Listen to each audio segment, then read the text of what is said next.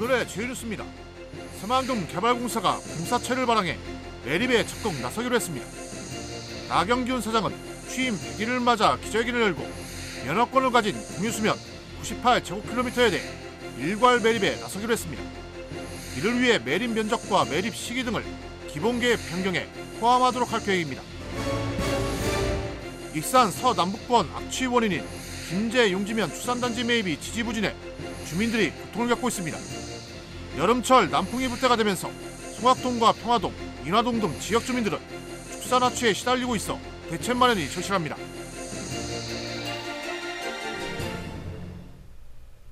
여러분 안녕하십니까? 6월 26일 수요일 종합뉴스입니다. 새만금 개발공사가 공사체를 발행해 매립에 적극 나서기로 했습니다. 나경균 사장은 오늘 취임 100일을 맞아 기자회견을 열고 면허권을 가진 공유수면 98제곱킬로미터에 대해 일괄 매립에 나서기로 했는데요. 이를 위해 새만금 개발청과 협의해 기본계획 변경에 포함시킬 계획입니다. 모영숙 기자입니다. 새만금에 들어서는 첫 번째 도시인 수변도시입니다. 수변도시가 지난해 말 매립을 끝내고 이르면 올 연말부터 분양을 시작할 예정입니다.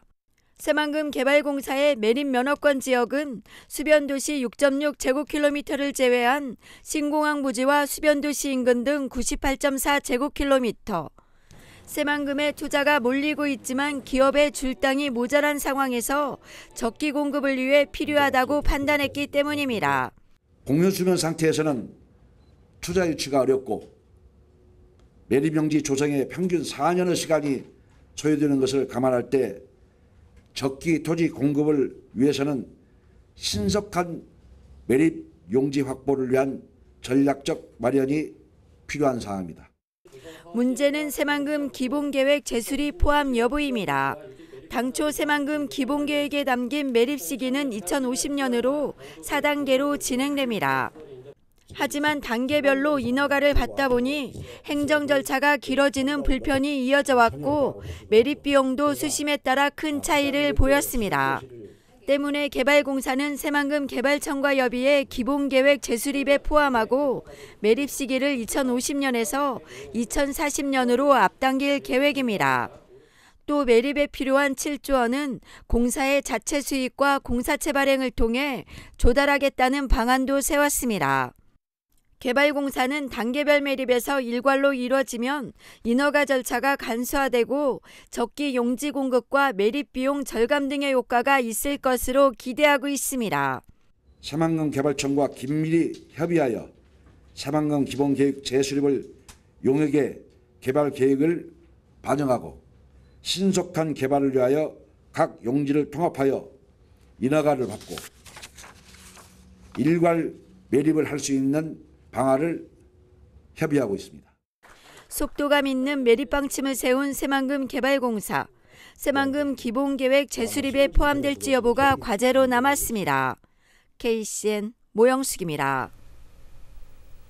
도내 2차 전지 기업 수가 전국의 2%를 차지하는 것으로 나타났습니다.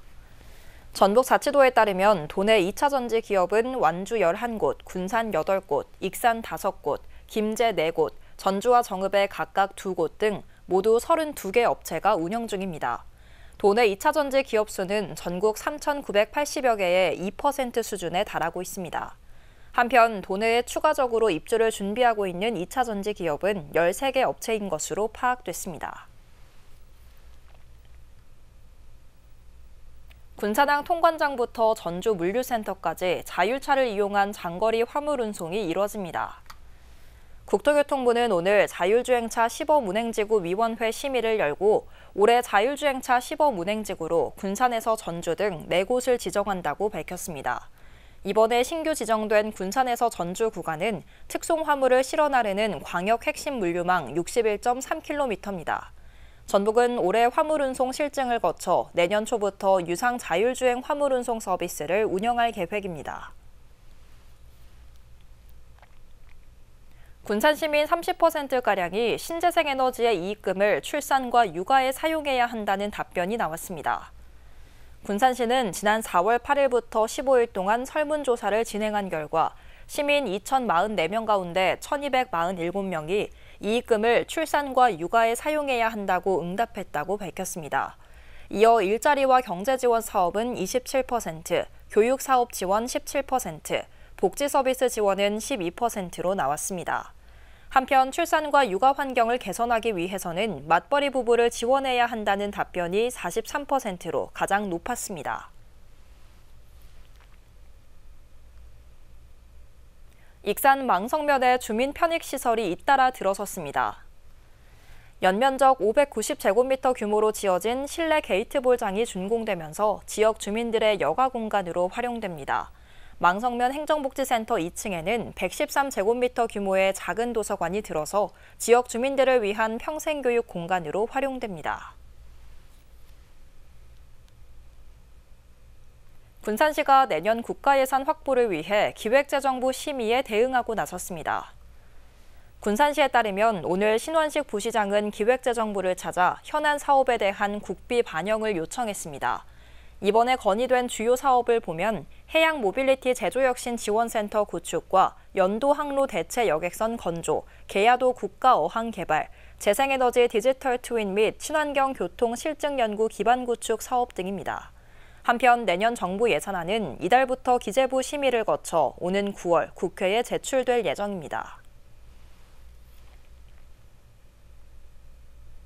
이춘석 의원이 민주당 전국 당원대회 준비위원장으로 선임됐습니다. 전준위는 당대표, 최고위원 선출 방식 등을 논의하는 당내 기구입니다. 또 오는 8월 18일 열리는 민주당 전당대회에 세부적인 룰을 마련하게 됩니다. 한편 민주당 전준위 부위원장에는 위성곤 이수진 의원, 총괄 본부장에는 황명성 의원이 임명됐습니다. 제12대 후반기 전북자치도의회를 이끌 의장으로 더불어민주당 문승우 도의원이 당선됐습니다. 전북자치도의회는 오늘 열린 임시회에서 단독 출마한 문 의원이 재적의원 40명 가운데 36명의 찬성표를 받아 후반기 의장으로 선출됐다고 밝혔습니다. 문 의원은 앞선 출마 선언을 통해 지방의회법 제정 추진과 전북특별법의 도의회 관련 특례 반영, 도감사위원회 도의회로 소속 이관 등을 공약으로 내건 바 있습니다. 문 의원은 도청과 의회가 성공적인 지방자치 모델을 만들어갈 수 있도록 역량을 결집하겠다고 밝혔습니다.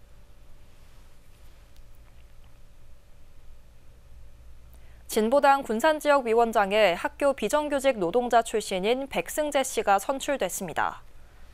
진보당 전북도당 선거관리위원회는 최근 군산지역위원장 선출 결과 유권자 85명이 참여해 백승재 씨가 100% 득표율로 당선됐다고 밝혔습니다.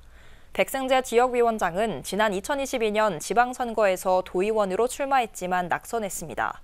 백 위원장은 경희대 건축공학과 3년을 수료한 뒤 군산진보교육센터 센터장과 민주노총 전국학교 비정규직 노동조합 전북지부장 등을 역임했습니다.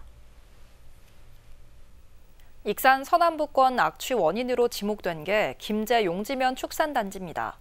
특히 여름철 남풍이 불 때면 송악동과 평화동, 인화동 등은 축산 악취에 시달릴 수밖에 없는데요. 김제 용지면 축산단지도 익산 왕궁처럼 특별관리지역으로 지정돼 올해 말로 현업축사가 정리될 것으로 기대됐지만 성적표는 초라합니다.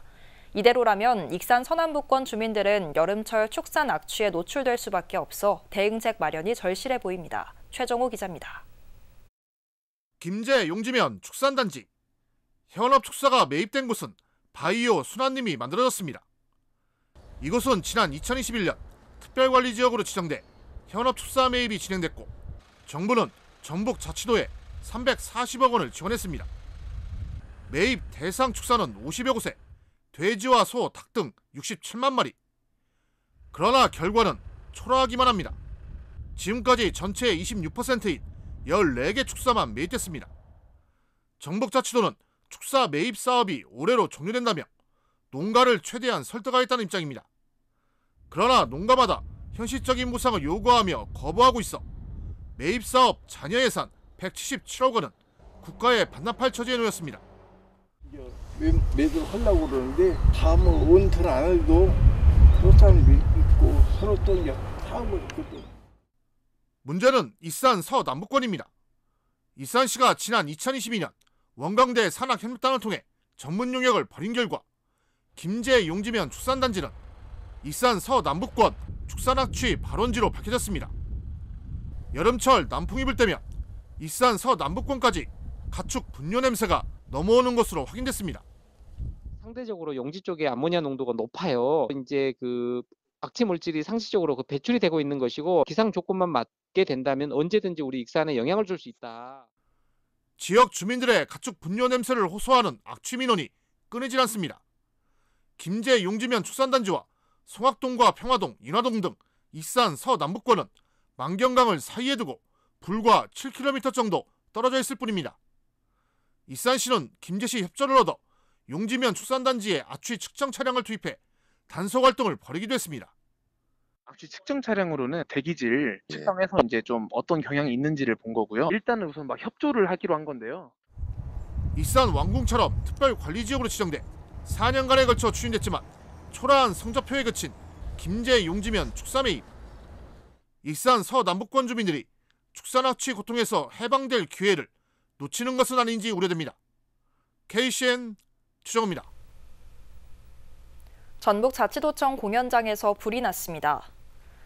전북자치도 소방본부에 따르면 어젯밤 11시 30분쯤 전북자치도청 공연장 지하 1층에서 불이 났습니다.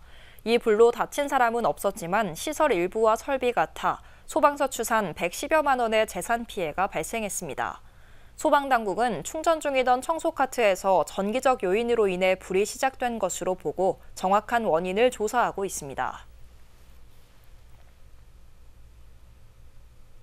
원불교 개혁연대가 오늘 익산시청 기자실에서 기자회견을 갖고 원불교 지도자 선출에 대한 개선 방안을 촉구했습니다. 개혁연대는 원불교 교단의 최고 의결기관인 수의단은 보직을 겸하지 않는 단원으로 선출해야 한다고 촉구했습니다. 또 현재의 교단 종법사는 주체적인 지도력을 발휘하지 못하고 상사원을 포함한 기성 권력에 사로잡혀 있다고 지적하고 혁신을 해야 한다고 주장했습니다.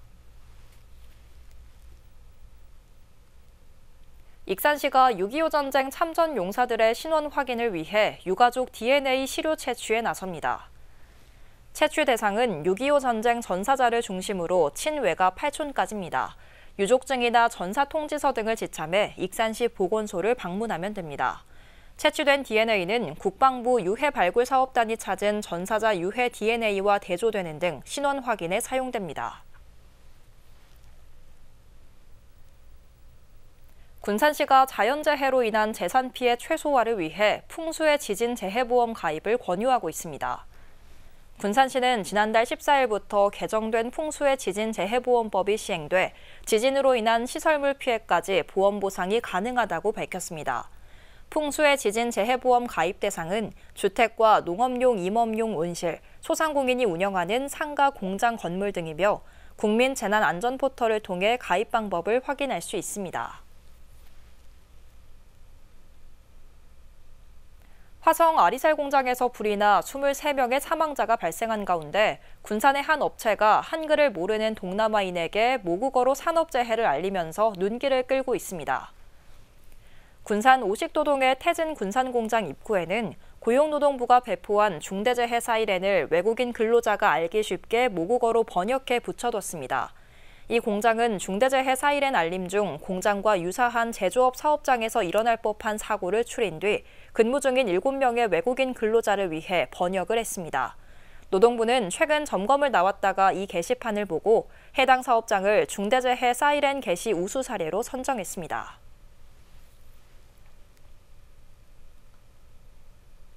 지난해 도내로 귀촌한 가구는 늘었지만 귀농은 줄어든 것으로 나타났습니다. 통계청에 따르면 지난해 도내로 16,341가구가 귀촌해 전년보다 1,200여 가구, 8.2% 증가했습니다. 같은 기간 귀농은 1,076가구로 140가구가 줄었습니다. 한편 귀여 가구는 전남 39%, 충남 27.8%, 전북 9.2% 등을 차지했으며 가구주 평균 연령은 52.9세였습니다. 군산시가 저소득층 주거 환경 개선을 위해 올해 2억 8,500만 원을 들여 그린 리모델링 사업을 추진합니다.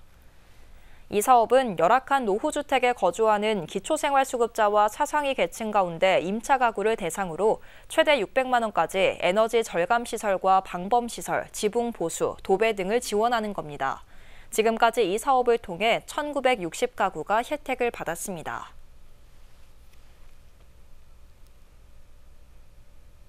군산시가 기후온난화 등으로 어족 자원이 줄면서 수산종자 방류 사업을 본격 추진합니다.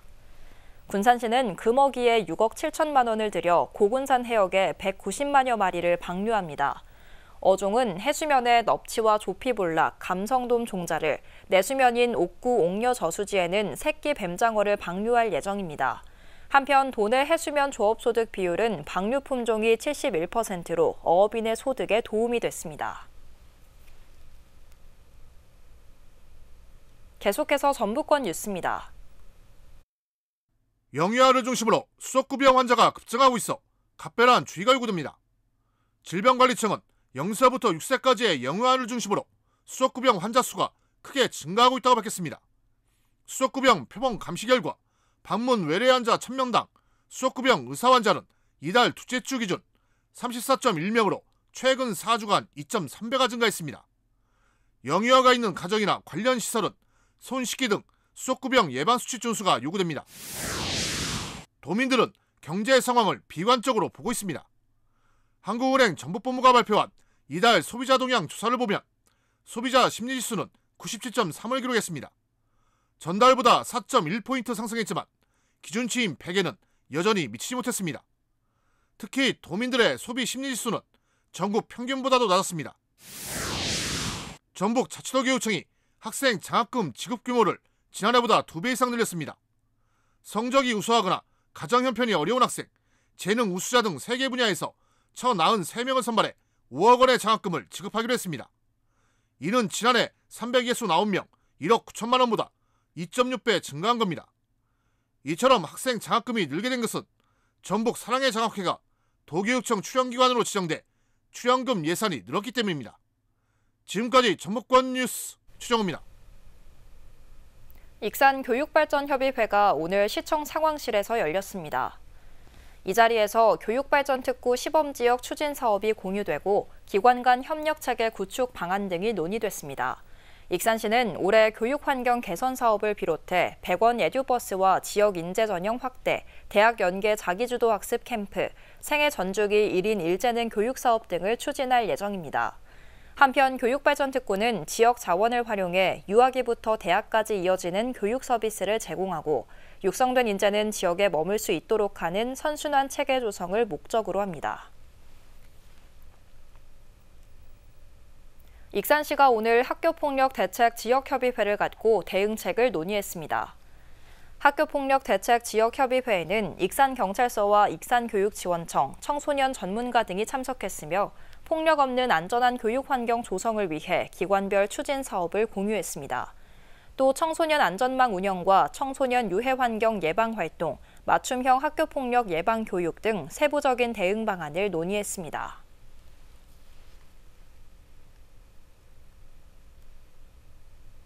익산시가 장애인 평생교육 이용권을 지원합니다. 이 사업은 교육부 공모를 통해 이뤄지게 됐으며 장애인 71명에게 1인당 연간 35만 원 상당의 평생교육 이용권을 바우처 형식으로 지원합니다. 신청 기간은 다음 달 말까지로 보조금 24 누리집을 통해 신청하면 됩니다. 지원 대상자는 기초생활수급권자와 차상위 계층을 우선으로 선정하고 평생교육 바우처와 국가장학금 수급자는 제외됩니다. 새만금개발청과 한국마이스협회가 오늘 업무 협약을 맺었습니다.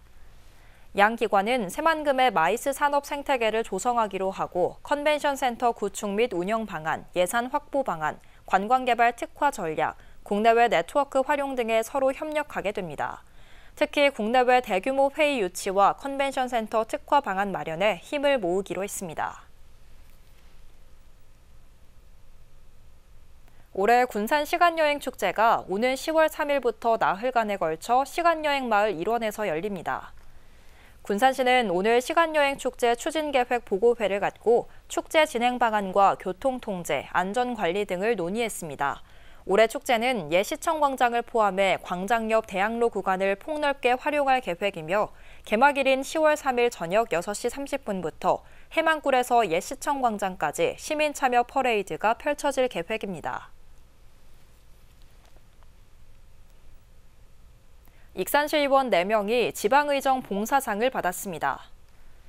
익산시의회에 따르면 소기령, 이종현, 손진영, 양정민 의원이 전북자치도 시군의회 의장협의회로부터 지방의정 봉사상을 수상했습니다. 이 상은 지역사회와 지방자치 발전에 기여한 기초의원에게 주어집니다. 다음은 우리 동네 소식입니다.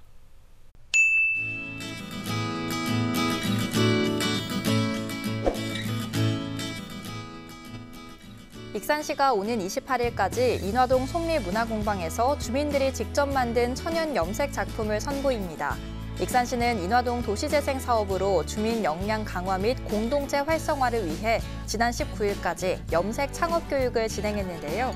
전시회는 오전 10시부터 오후 5시까지 운영됩니다.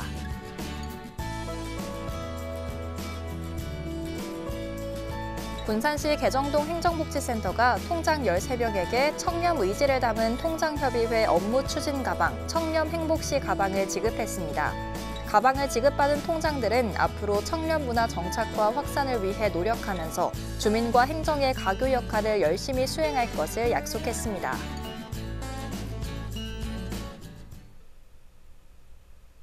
이어서 내일의 날씨입니다.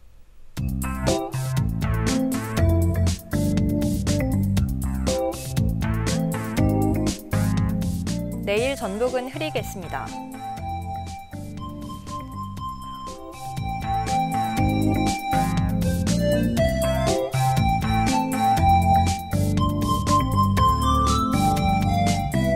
기온은 15도에서 출발해 30도까지 오르겠습니다.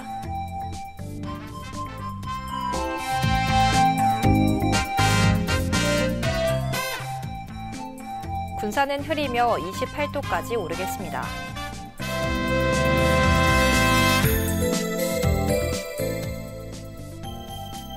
익산도 흐린 가운데 오후 한때 비가 내리겠고 기온은 28도까지 오르겠습니다.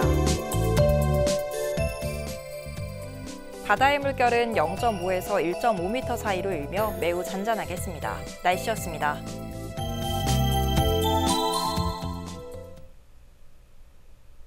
이상으로 KCN 종합뉴스를 마칩니다. 정확한 보도로 늘 함께하겠습니다. 시청해주신 여러분 고맙습니다.